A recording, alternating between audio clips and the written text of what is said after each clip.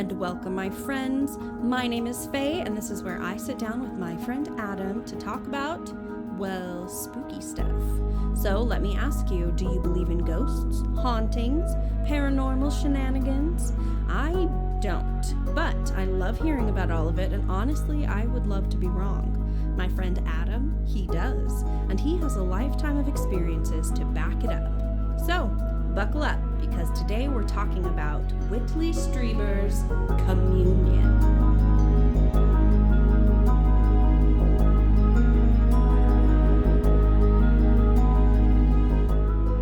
Warning, this episode contains references of probing, I'm not proud of it, as well as sexy times with aliens. You can't Stop it! You cannot say sexy time with aliens. I'm going to. That's what I want to do. Listener's discretion is advised. I snorted! Ah! Leave that in. Leave that in. Do my real thing. Oh! Professional. Oh my god, I quit.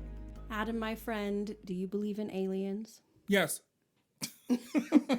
Yes, I believe in aliens. Now, do you believe in aliens, Faye? Well, it's funny you should ask, because I've been thinking about this a lot prepping for this. I am totally fine being okay with the fact that I don't know. It's a big ol' universe, and we know very little about it. So I really enjoyed looking into this story because I found it to be incredibly creepy. And you read the whole book I sure did. in like 2 days or something. I did, yes. And I'm excited to talk about it. I couldn't even get through my Audible. I made it to chapter 2, and then I got sleepy. Probably because I was being abducted by aliens. That's a problem. But to be fair, I did read this entire book when I was 9 years old. And okay, the trauma. Do you have trauma from that? Because I feel like this is something that could scar a kid. This book gave me nightmares, and there's a whole story that goes behind this book and why I read it. When I was a kid, I used to have visitors that came to my house when I was a kid. People would call them an imaginary friend. My parents took notice of me speaking of these people. And the thing that got me to read this book at the library was when I looked at the cover and I saw that face. And those of you who know the book Communion know the face on the cover. It's terrifying. And I remember saying, I've seen that face in my room at night. At 9 years old. And what 9-year-old kid reads this book anyway? It's like super inappropriate for a child. It's true. But, you know, I had a crazy childhood, so maybe I was just getting away. I don't know. But let's talk about it. Whitley Strieber. What do we know? Yeah, so, I mean, I think we should start out with what his family looked like. So it's him. His real name is Lewis, but we will call him Whitley because that's what he goes by as an author. He was an author before all this. Yes, so he has written, I'm not kidding, 45 books by my count. Yeah. He's a fiction writer, and so that does need to be said before all of this, is that he is a published fiction writer. Actually, 4 of those books have been made into movies, including The Day After Tomorrow with Jake Gyllenhaal. And I didn't realize that. That's him? He co-wrote it with someone whose name I cannot remember, but he did. He's one of the authors of that. Wow. And then a TV show has also been based off of his work. So he's a he's a great author. He's very well known and well respected. But at this time, he'd kind of moved away from like horror fiction and into more like peaceful, environmental. He'd kind of shifted gears. At the time of the abduction. At the time that this he was going switched on. because he had written horror novels. Yeah. Which is why he got so much flack from people in the press. Yep. But it is good to let people know that he had switched everything before this happened. Right. So it's him and his wife Anne, and they have a son whose name is not put in the book, and so I'm not going to give it to you here. He does have a son, and he does talk about him, and he talks about his experiences in their cabin. here in the Pine Bush area of upstate New York. Correct. Something that I found to be very interesting is there's a quote from him, and he says, quote, "Ours is a very sedate life." This is what I think he sounds like. "We don't go out much. We rarely drink more than wine, and neither of us has used drugs." So, that's our starting point. He's one of those people that, like, invites you over for paella with just, like, married couples. Yeah. That's how I'm getting that vibe from him. And he does narrate his audiobook that I started last week, and he does sound like that when he talks. He sounds like a curmudgeon if, like, a cat was like a fancy cat. He seems like he'd be very intellectual. He is he's very intellectual. He goes back and says maybe that's why this whole experience happened to him. Yeah. Maybe he was wanted for his brains. He doesn't seem like a humble man. He actually, something that I put in my notes is that he says when all of this is happening, the aliens want to do some kind of operation on his head. And he specifically says, "My beautiful mind. A beautiful mind. A beautiful mind." Yeah, when he had his brain scrambled or whatever, which we're getting ahead of ourselves. I do remember laughing at that.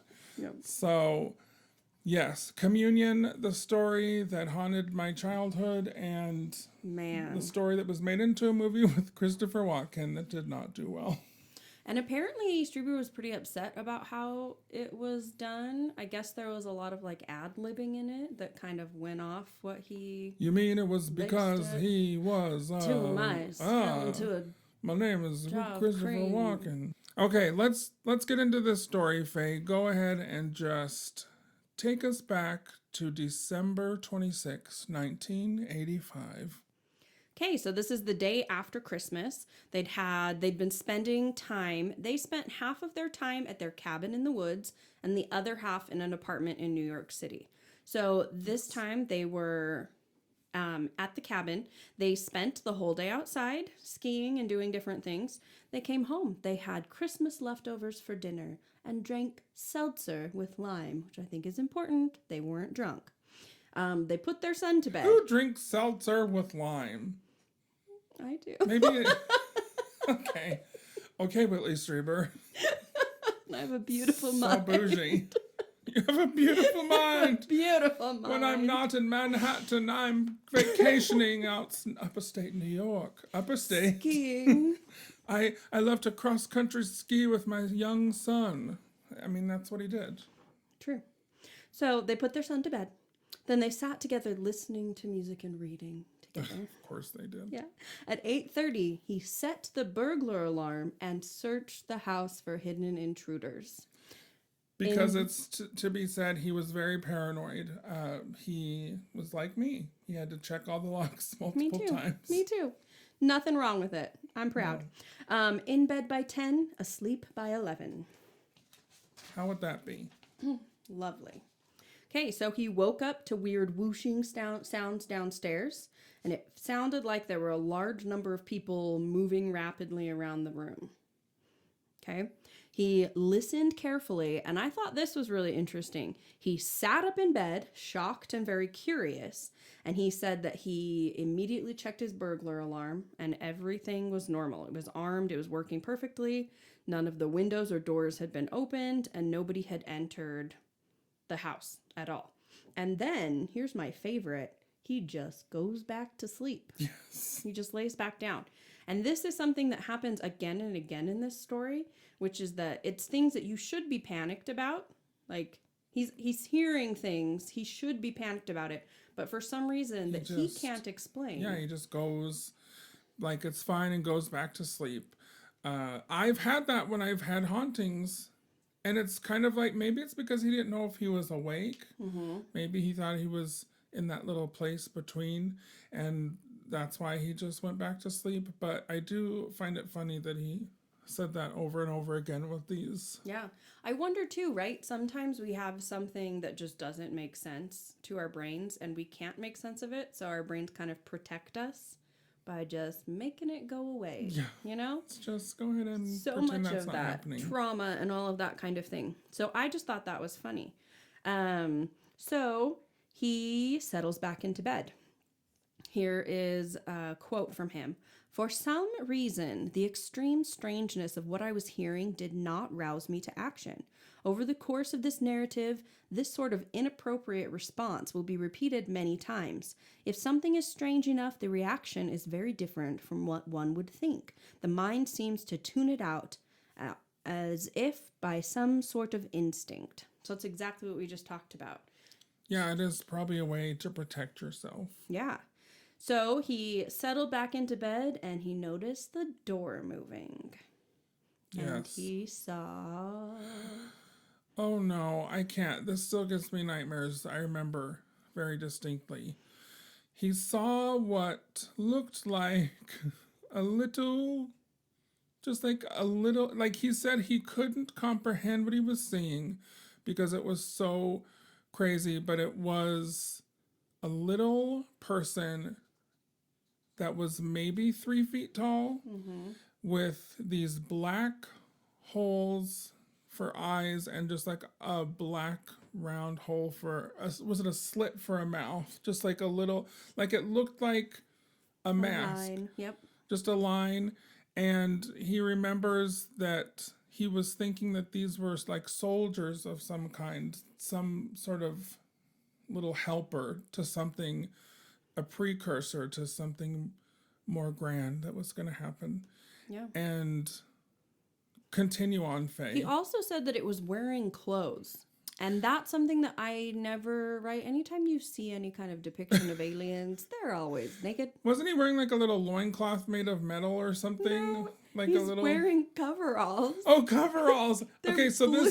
this is what I'm thinking when I think of his description. It's like the little Minions. Yeah. Yeah. Little minion people. So they're about that tall, right? Too small to be a person unless a child. He did think it was about 3 feet, 3.5 feet, and had smooth, rounded hat on with an odd, sharp rim that jutted out easily 4 inches to the side.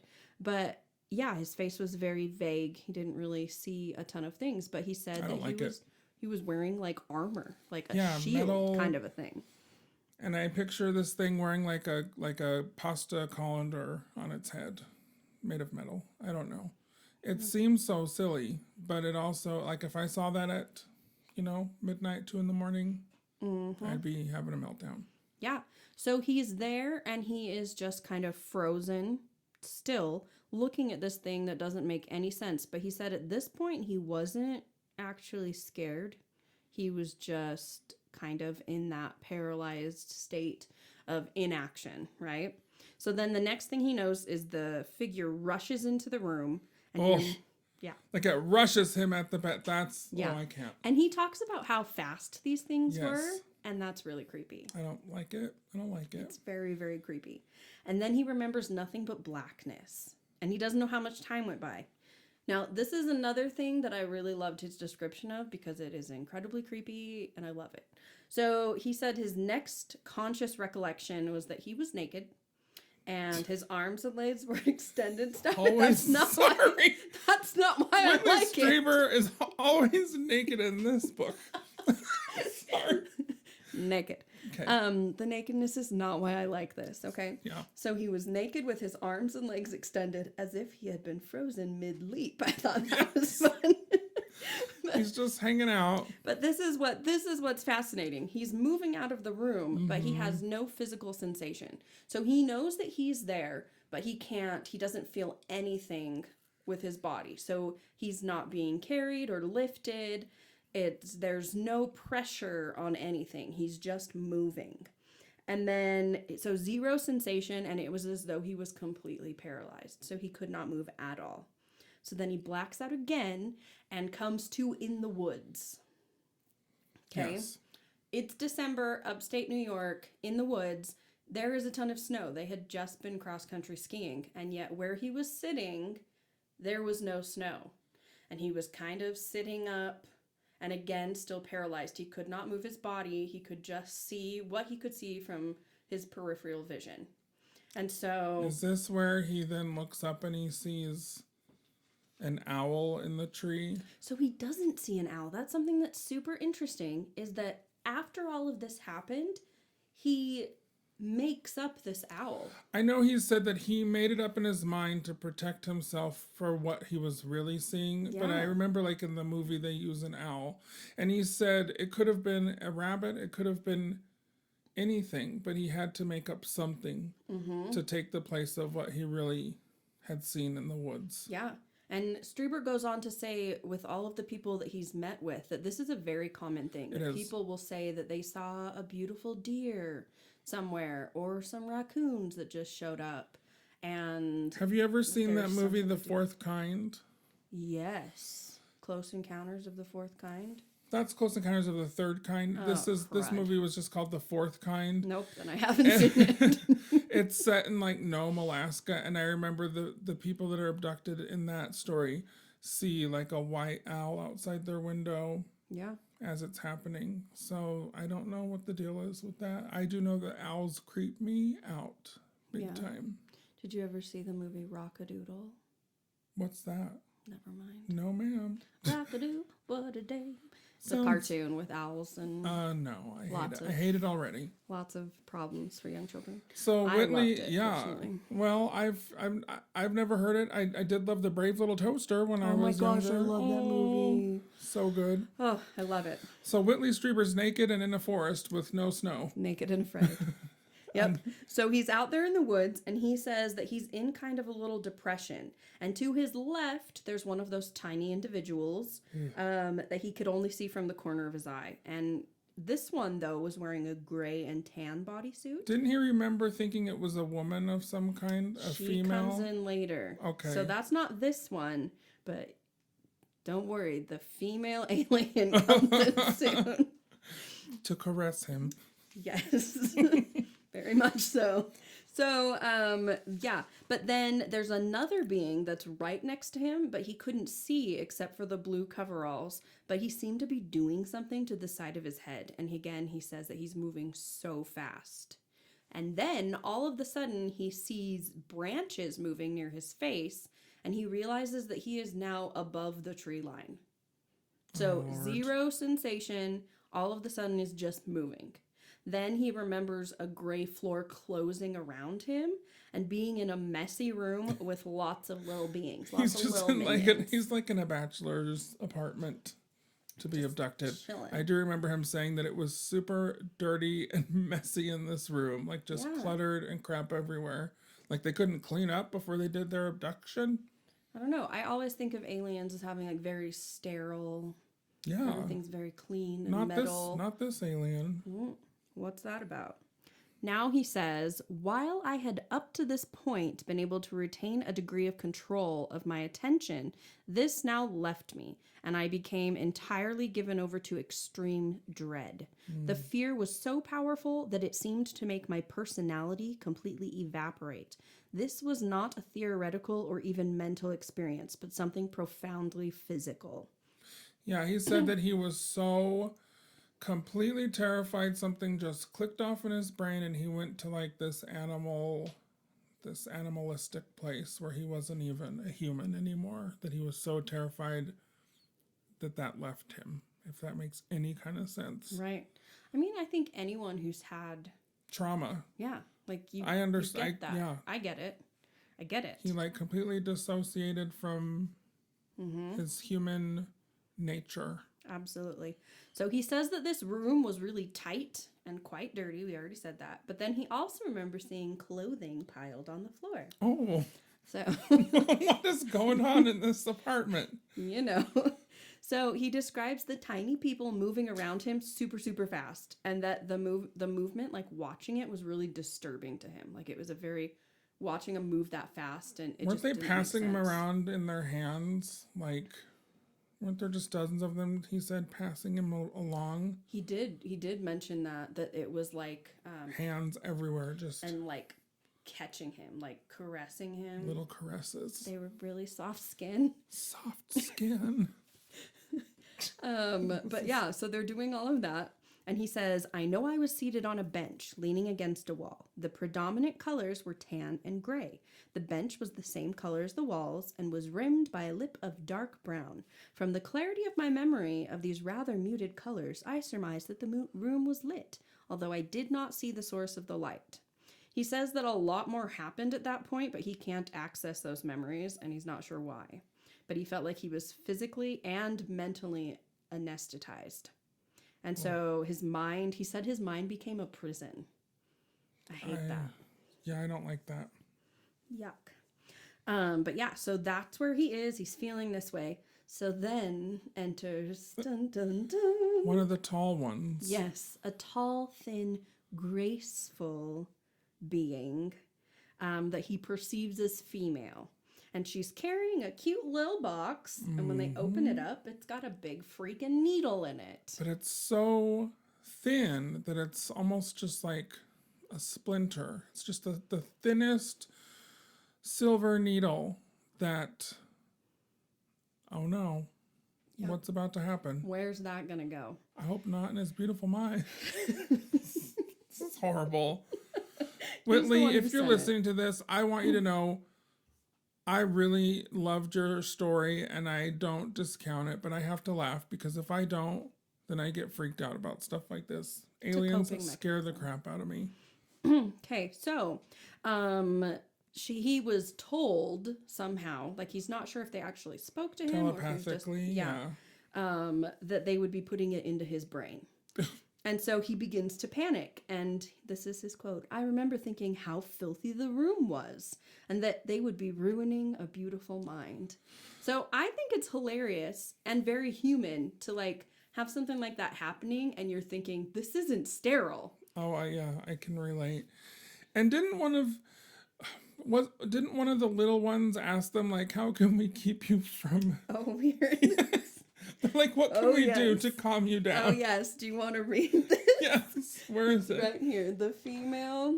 This is the quote. The female asked him what they could do to make him stop screaming.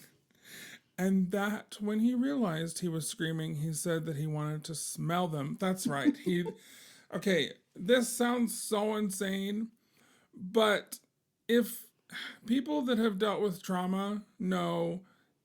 You have to just do something to make the experience come back to earth for you. And for him, he wanted to smell this being. And that was the only thing that could take him out of this complete terror that he was in. The being to his right replied, oh, okay, I can do that. In a similar voice, speaking very rapidly, and held his hand against my face, cradling my head with his other hand. So the odor was very distinct and it gave me exactly what I needed. An anchor in reality. Oh, this is what I was saying. Yeah. It remained the most convincing aspect of the whole memory because that odor was completely indistinguishable from a real one. It did not seem in any way a dream experience or a hallucination. I remembered it as an actual smell. So the way that this thing smelled, which is super weird, is it smelled like cardboard, as if the sleeve of the coverall that was partly pressed against my face were made of some substance like paper. The hand itself had a faint but distinctly organic sourness in its odor. It was not a human smell, but it was unmistakably the smell of something alive. There was a subtle overtone that seemed a little like cinnamon. Like how he's like, and then there's just this slight heatiness, autumn. This sense of autumn and cinnamon sticks. Yeah, so super interesting, right? Something that I don't know. Your olfactory senses are incredibly strong, and so there are memories that are tied to your sense of smell are some of the strongest that you'll ever have. That there are just these scents that take you back to a certain time or a certain event, which is something that's just biological. Have you experienced that? Yes. Do you know what I'm talking about? Every time I smell Acqua di Gio, it makes me think of my first ex-boyfriend. He was such a jerk. And an old boss who wore that, so... Yeah, and I don't know what it is with people who wear Acqua di Gio, but there's a type. Just There saying. is, but it smells nice. It does. I like it. Yeah. Almost as good as the smell of a nice alien. Sorry. Okay. Stop sniffing aliens, you pervert. Well, they're putting their hands on my face. What am I supposed to do? Plus cinnamon, yum. Cinnamon. I love cinnamon. Okay. So he hears, or he doesn't really say that he hears it. He senses a loud bang and a whoosh and realizes that the whole operation has taken place.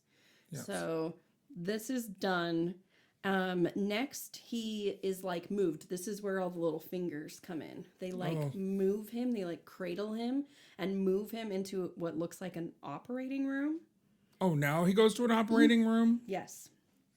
Interesting that they didn't have it there before. I don't know. Pre-op. Now he's in real op. But there are a bunch more creatures. And this is where he talks about there are 4 different types of figures that he saw. So the first was the small robot-like being that led the way into his bedroom, followed by the large group of short, stocky ones in blue coveralls. These ones had wide faces, appearing either dark gray or dark blue in the light, with glittering deep-set eyes, pug noses, and broad, somewhat human mouths. Inside the room, I encountered 2 types of creature that did not look at all human. The most provocative of these, was 5 feet tall, very slender and delicate, aka the female that you saw before, with extremely prominent and mesmerizing black slanted eyes. This being had an almost vestigial mouth and nose. And then the huddled figures in the theater were somewhat smaller with similarly shaped heads, but round black eyes like large buttons. So there are these 4 different types. Like Coraline? Oh my gosh. Where they have button eyes? Your other mother. I did watch that movie as an adult. Book is great. It's creepy. I loved it. Yeah, I don't like things that have black eyes like that. I'm already creeped out. Yep. So he has no recollection of what happened in the operating room. 0. But then he's back in a smaller room again, and it doesn't say if it's the same room, but it's like another one.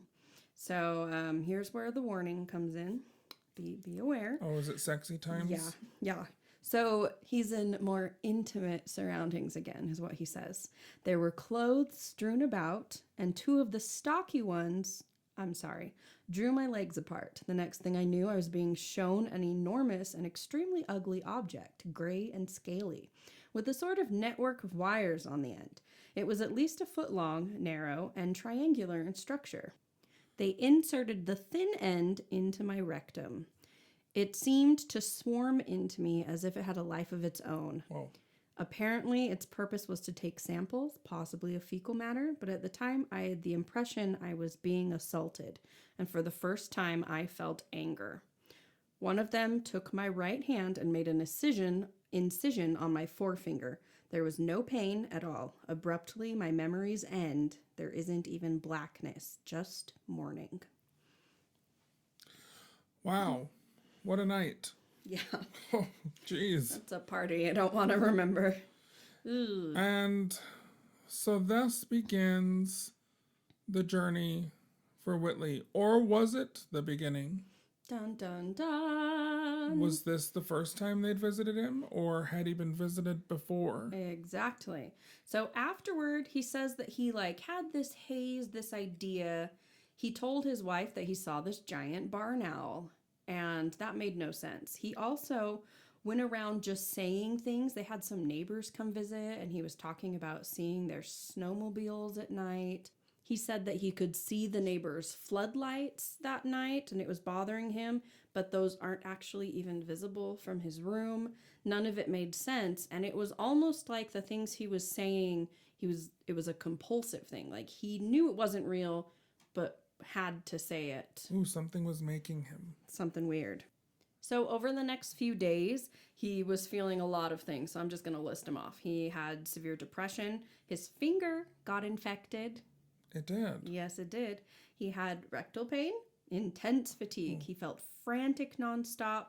He started being openly hostile toward family members. He felt watched all the time. He heard voices. He had a crazy headache, sudden bouts of terror, and inability to concentrate. And the worst thing of all was he, as a writer, he could no longer think in coherent thoughts. He wasn't able to write. Yep. He was working on a book, I believe, at this time, and it took him hours to just get a single thought Yep. on a Couldn't piece of write at all. paper. And he knew it had something to do with that needle that was inserted into his beautiful mind. Yep. So something he said, this is a quote again. I thought quietly and calmly, you may be going mad, or you may have a brain tumor. You've got to find out which it is and take whatever steps are necessary. And then he rested his head on his desk and quite frankly cried. Like this was such a devastating thing for him. Yeah, all the things you're describing is what like a sexual assault survivor would go through. So something definitely happened to this man.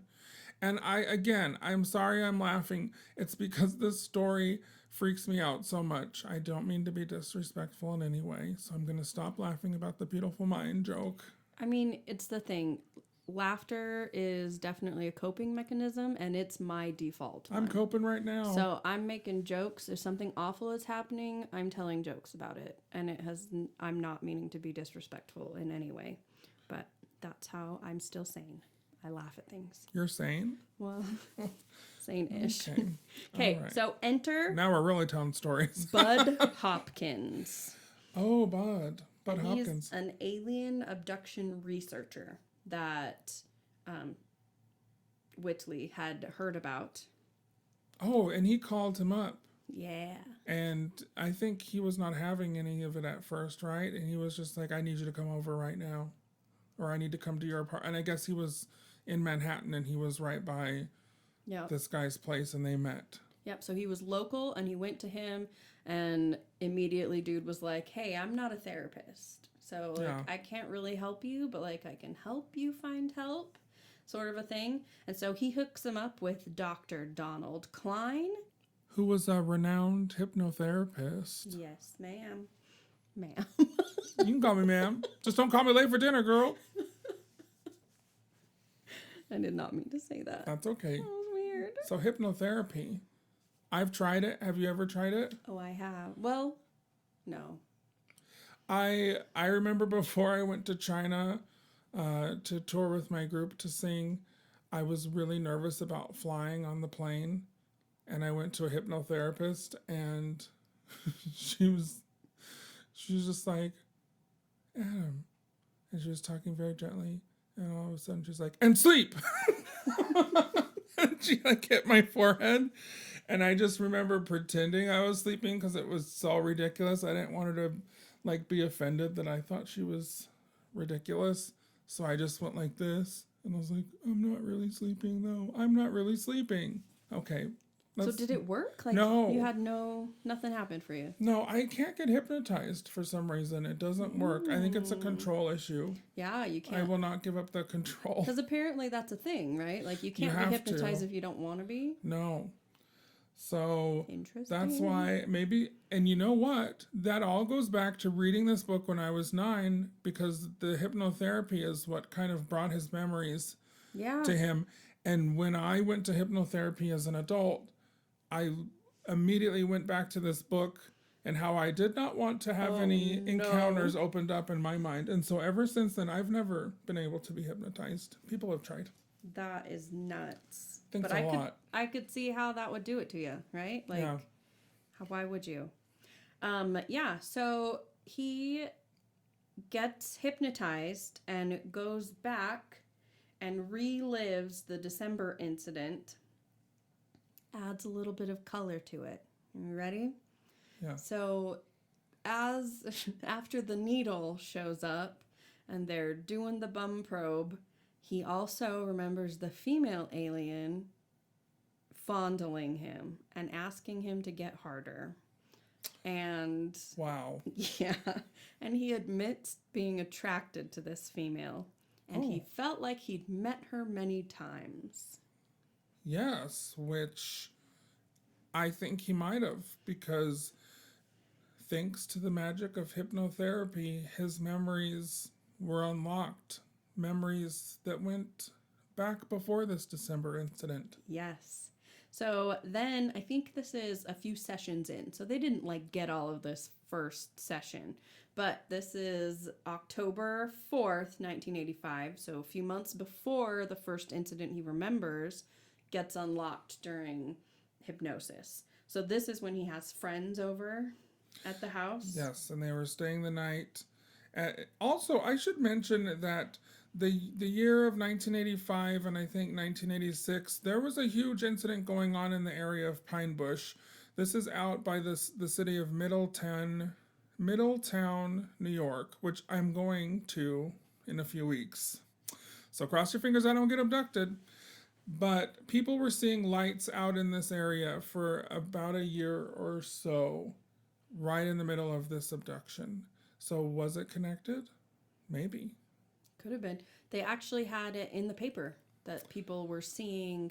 It was just like a week after his December abduction that it actually showed up in the paper that somebody. That's right. He didn't even know that this was going on until after the fact. Yep. But it's known as the Hudson Valley Lights. It's a very, very well-known UFO case. So he happens to be right in the middle of all of this. Yeah.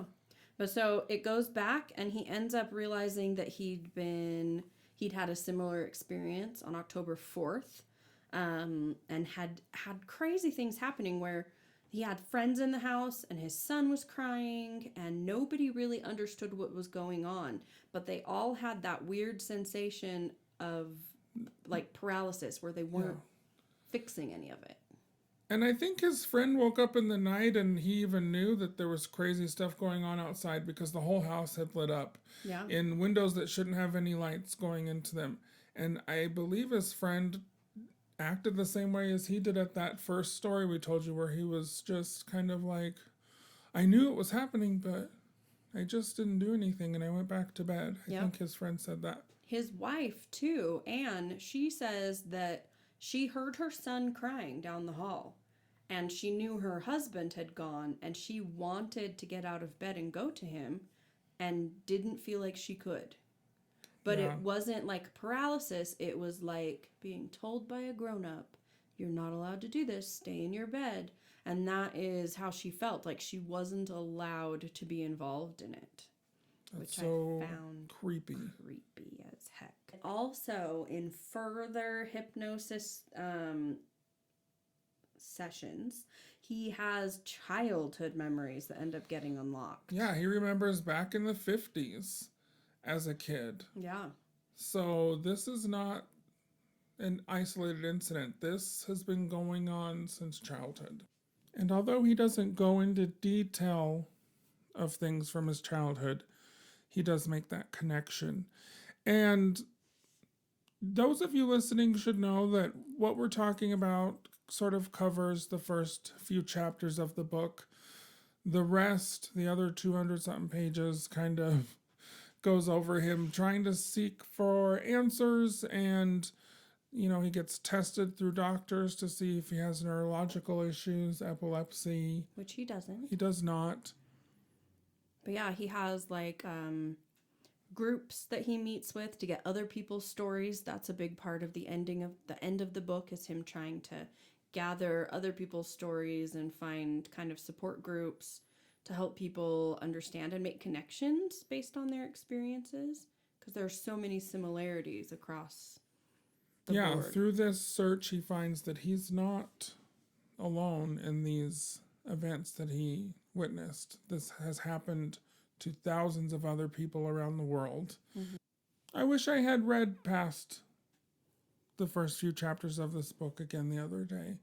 Do you have anything you want to bring up from the rest of this novel? No, so we've covered a lot of it. This is the first book, I think he did 3 on all of these events. So there's obviously way more in here than we have covered. There are the other 2 books. So if it's something you're interested in, go out and grab them and do some more research. But this was a crazy read and very, very interesting.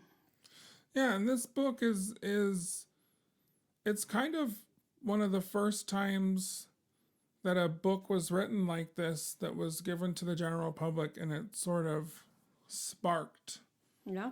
this whole conversation. New York Times bestseller, my friend. And again, this is all part of a bigger incident known as the Hudson Valley Lights that happened between 1982 and 1986 in this very area, also known as the Varia. And do you think I should be nervous to be going here in a few weeks? Because I am going. Excited. I can't wait to hear the stories. I'm going to look for his cabin, and I'm going to look for the spot where he sat naked by a tree. I want reenactment photos. Because Whitley did mark the spot with a circle of rocks, and I guess you can go look for it. Coveralls. Yes. I'm going to show up in my blue coveralls. So that could be another episode in itself. Okie dokie, Smokey. That brings us to the end of this episode. I'm going to go ahead and ask you. I'm just going to ask you. I don't know if you know what I'm going to ask you, but to believe or not to believe, that is the podcast. That is my question for you. Faye, do you believe in aliens? Sexy times with aliens aside, I'm going to have to firmly land on the side of... You've been listening to Believe or Not to Believe, that is the podcast. Thanks for joining us. We upload every single week, so make sure that you like this podcast, subscribe to it, download your favorite episode, and tell your friends about us. All right, have a delightful, spooky day.